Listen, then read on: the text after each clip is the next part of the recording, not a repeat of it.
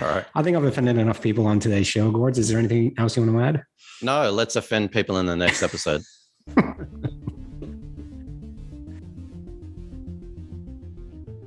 Welcome to Bitcoin Basics with your hosts Faris and Gordon. Visit bitcoinbasics.help if you need help buying and securing your Bitcoin. Hello, everyone. Welcome to another episode of the Bitcoin Basics podcast. I am your host, Faris, here with Gordon once again. And just to keep up with the times, my pronouns are the, it, and man-child.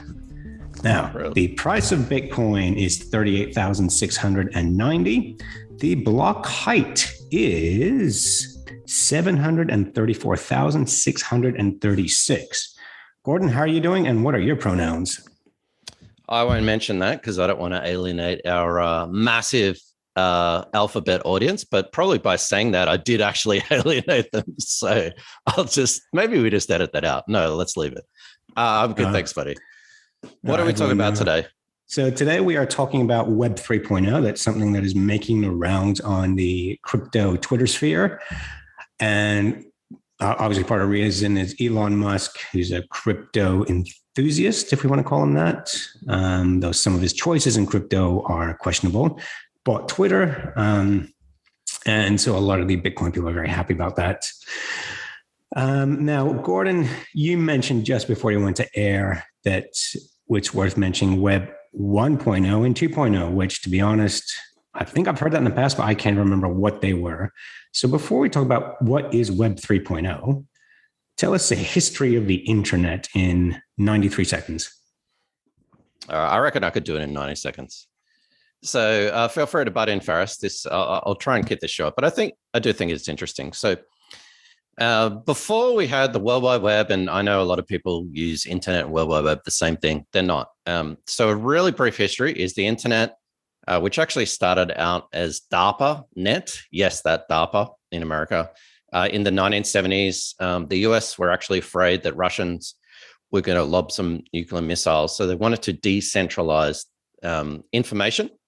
And so they created something called ARPANET, which morphed into the internet. It was basically used at universities and a few defense contractors in the 1970s. And all the way up and say the early 1990s, you didn't have this World Wide Web. You had this thing called the internet. And for those, yes, I'm old. Faris, you're old as well. We remember, okay, I'll speak for myself, dialing up.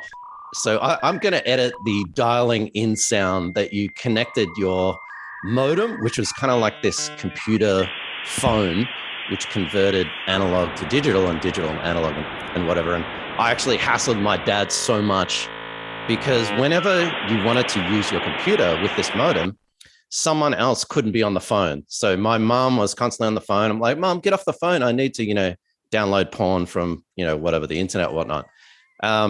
So I hassled my parents. Don't worry, they don't listen to this.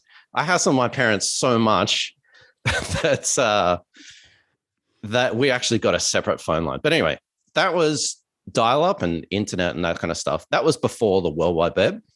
And, you could check your email. I remember at university, actually, you went into university, and if you wanted to check your email, you did it sort of by command line, typing in these commands. There was no mouse and, nice Gmail sort of interface. So that's the internet. The internet is basically the hardware, the massive undersea cables, but it's also, your router that you've got in your back room providing Wi-Fi and everything in between. That is the internet, and that is decentralized. So that is, internet literally means a network of networks. So think of the internet as hardware. The Skype app on your phone, or the Telegram app, or Skype, whatever. Sorry, Gordon. Let me jump in for a second there. So just to recap, the birth of the internet, so Web 1.0, that was essentially just a file sharing, communications sharing service. No, I haven't even got to the web yet. No. So DARPA is what I'm referring to here. So DARPA is where it began, and that was just a file sharing service. I haven't got to the World Wide Web yet. But I thought this was wasn't DARPA where we began?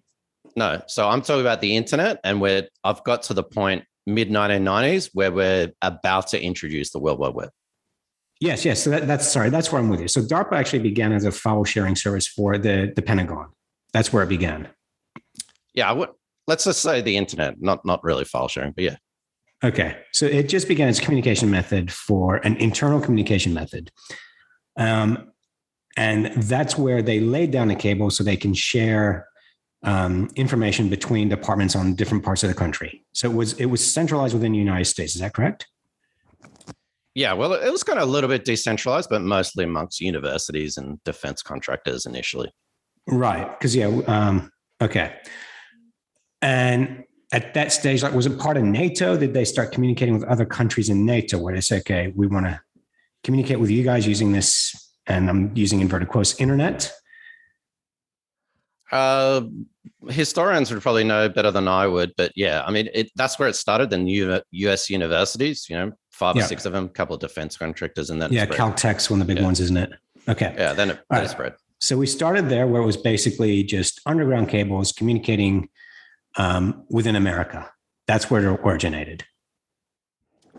ARPANET, yes. ARPANET. Okay. Now we move in. So was that Web 1.0 is what you're referring to, or not even there yet? No, we haven't got to the web yet. Okay, cool. All right. Sorry. Proceed. If you enjoyed this podcast, please subscribe, like, and share so we can find others like yourself. No, please interrupt because I'll continue to talk on. And actually, I used to teach computer science, and it sounds like a really simple question, but the grade 12 question for computer science students is, what is the difference between the internet and the World Wide Web? Yeah. And they have to actually go into great detail about that. Okay. So, so basically we're up to the mid 1990s. There's email, there's this dial-up thing, and I'll edit the sound in, which I absolutely love nostalgically. But there wasn't sort of the ability to, hey, I want to check out a small business sort of online and check out the details, whatever. We're still looking at phone books and yellow pages and white pages, all that kind of stuff. So up until that point, we had the internet, and the internet was basically dialing in to some server wherever, maybe a local company in your city, your university, or CompuServe was one of the biggest sort of most popular internet servers. Were AOL. I don't know if people remember getting a CD, and people are like, what the hell are you talking about, CDs?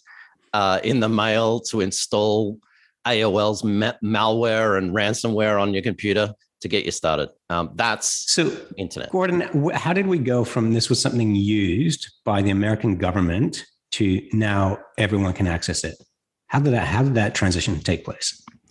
Okay, so 1970s, ARPANET morphed into the internet. By about the 1990s. Everyone was using it, not just academia, but personal people on their PCs at home and dial up and all that kind of stuff.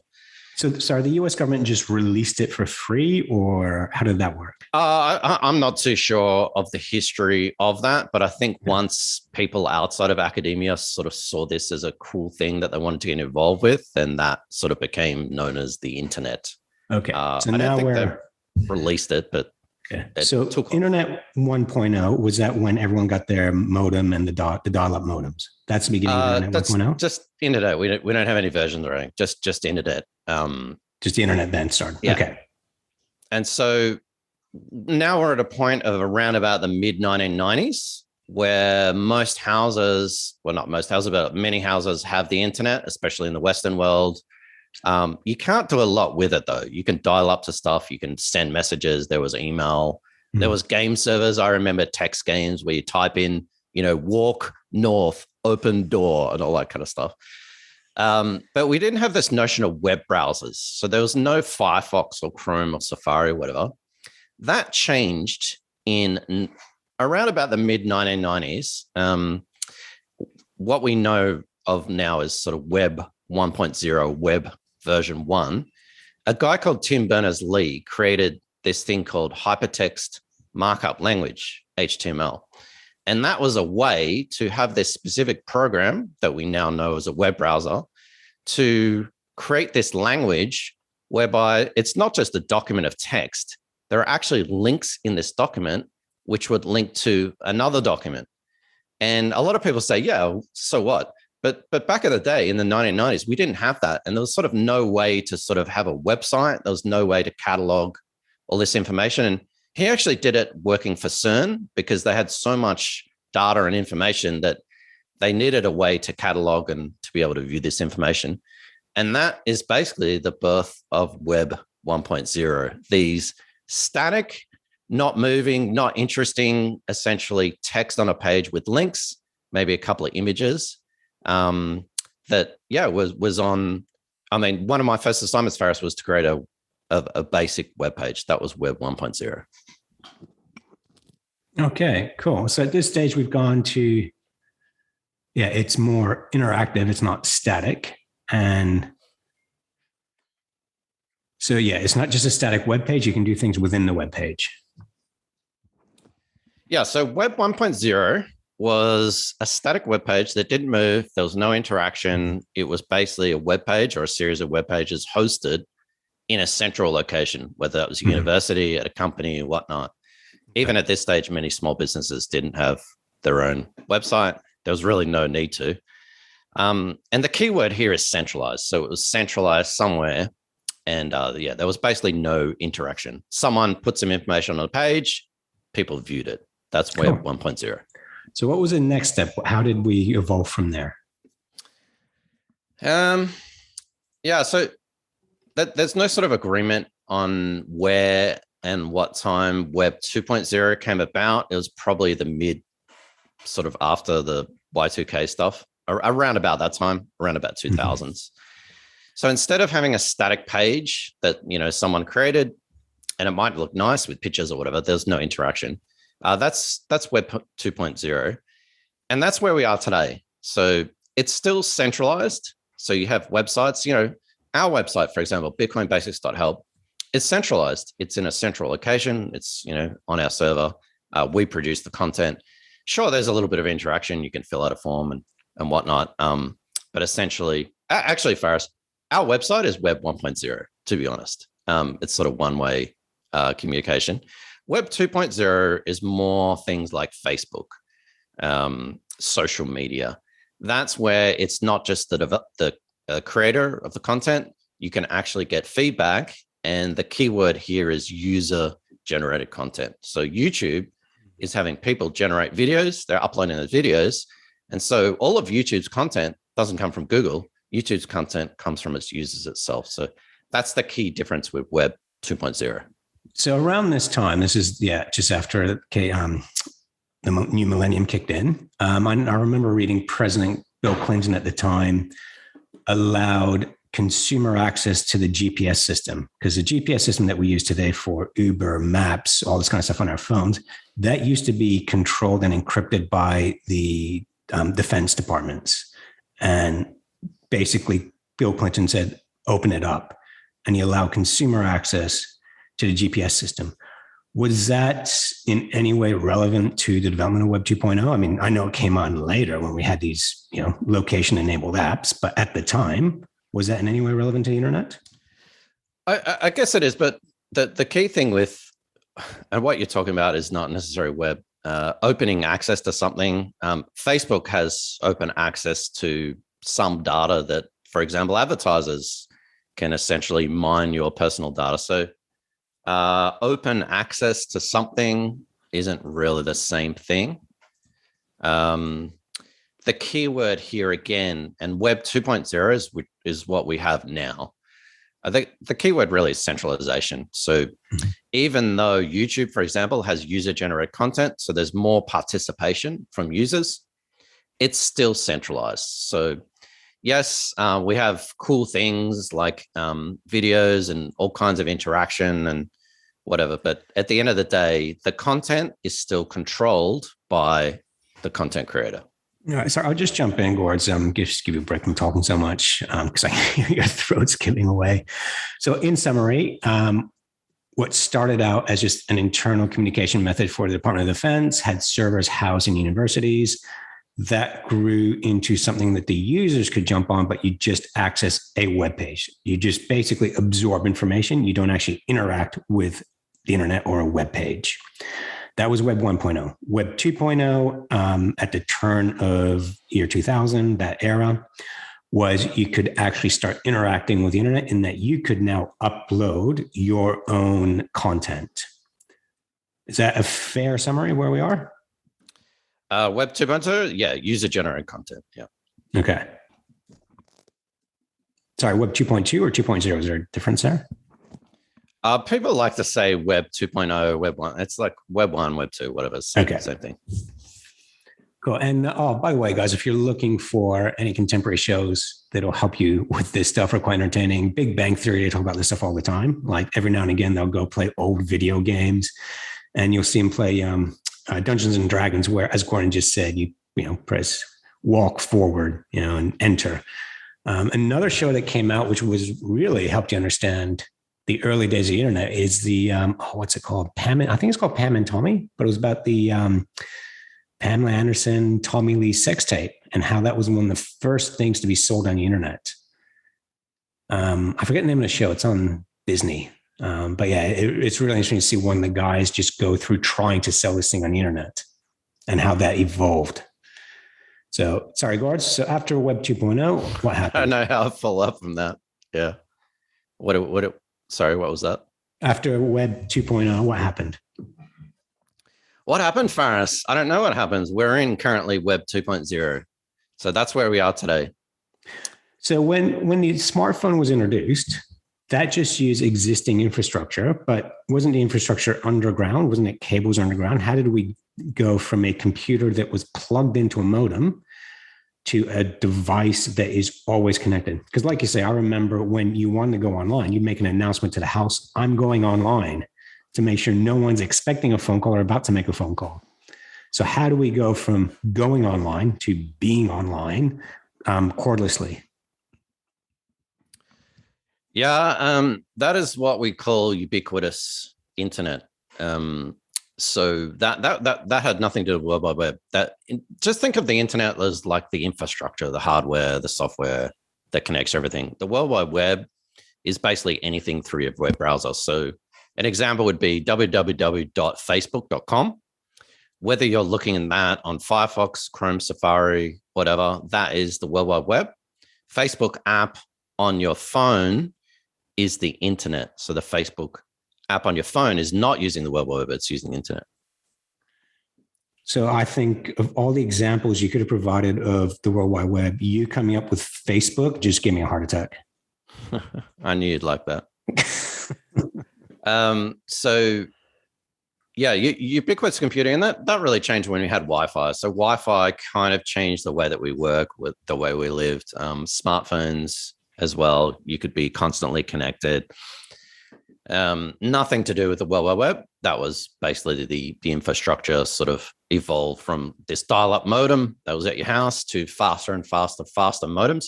And even nowadays, a lot of people have a modem. They don't know that it's called a modem. They call it a router. It's sort of all in one device, but that actually connects to your internet service provider.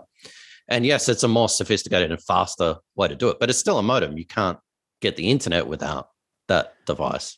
So is the majority of the internet today still run on these cables? Because I remember hearing a podcast recently where, leading up to the war in Ukraine, a 16-kilometer stretch of internet cable was cut off of the Scandinavian Ocean somewhere.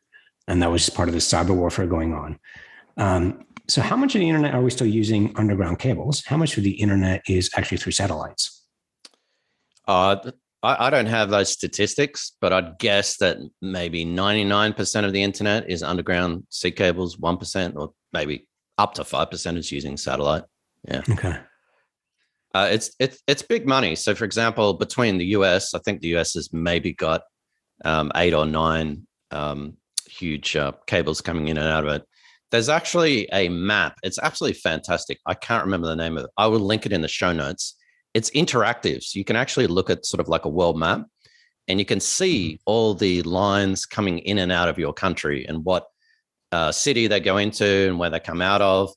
And you can also see the redundancy. So for example, there are some that go via Hawaii and some go via different countries and whatnot. And yeah, it's really big money. I mean, you've got these multi-million-dollar, billion-dollar companies, like their whole industry is laying these underground sea cables. And there's actually YouTube videos you can watch of these submarines, and they drop the cable, down into the water, in the middle of the Pacific Ocean or whatever. Yeah, it's really big money. there's a joke of a certain country that I used to live in Southeast Asia, that whenever the internet was terrible and kept on disconnecting or whatever, they always blamed it on the Chinese sharks. The Chinese sharks were eating the cables of the country, which is a joke. Until I actually read it in one of the official sort of government posts. They actually blamed it. They said, yeah, it's the Chinese sharks are at the internet again. I'm like, I don't know. Is this April Fool's? What's going on? But oh, man. The Russian mafia has actually been accused of tampering with a lot of these cables underground and above land as well, either sabotaging them, either cutting them, or tapping them, trying to tap in and hack them and that sort of stuff. And when you think about it, like in the middle of, if you've got a submarine and you're in the middle of the Pacific Ocean, obviously it's a big operation, and you cut a cable, it might take a week or something for a ship to come out. And that's why there's all this redundancy. So the internet, not only are the underground sea cables and land cables or whatever, but the routers and all the cables on land or whatever, it's decentralized. So no one owns it. It is actually a fairly good example of a decentralized system, so that if one person or one actor or even one government decides to censor information or freeze or stop it, the traffic and the internet traffic just routes around it. It's like, okay, that link to that particular thing, that's slow or that's dead. We're just going to route around it. And that's true decentralization. And that's really the beauty of the design of the internet, is no one owns it, no one controls it. It is decentralized, and it basically is sort of self-healing, I guess is the best word. Cool. And that's an example. Whenever I'm talking about Bitcoin, the value of Bitcoin, I like to use, when the internet came out, no one could actually buy shares in the internet itself. You couldn't stake, in the internet itself. You had to buy shares in companies that use the internet. Bitcoin's very different. Bitcoin, you're buying into this new asset class. And that's something that we'll take a break now. And we'll talk about Web 3.0 and Bitcoin in the next series here. And just one more question, Warren, since we're on the topic, what really are chemtrails? You can look that up for yourself. I'm kidding, guys. We might use that as clickbait. Who knows what kind of listeners we'll get then. All right. I think I've offended enough people on today's show, Gords. Is there anything else you want to add? No, let's offend people in the next episode. Thank you for tuning in, everyone. And we'll catch you with the next episode when we actually do talk about Web 3.0. And remember, everyone, you can actually pose any question you want. Just go to bitcoinbasics.help. We are on all the different platforms when it comes to listening to the show. And we really do appreciate listener-driven questions, because it means we're answering the questions that you guys want to hear. So please go to bitcoinbasics.help and subscribe, get in touch. Love to hear from you. Thanks for watching or listening. If you enjoyed this podcast, please like, subscribe, and share so we can spread this educational content to others like yourself. Visit bitcoinbasics.help. Disclaimer. Any content provided by CoinCompass is for educational and informational purposes only and is not investment, legal, tax, or any other professional advice. A qualified professional should be consulted before making any financial decisions. CoinCompass will at times recommend certain products, services, and technologies, but these are opinions based upon our own or podcast guests' experience and not endorsements. We take no liability for out-of-date or inaccurate information, software bugs, manufacturing errors, technology misuse, or issues involving third parties. Visit coincompass.com for more information, and please contact us.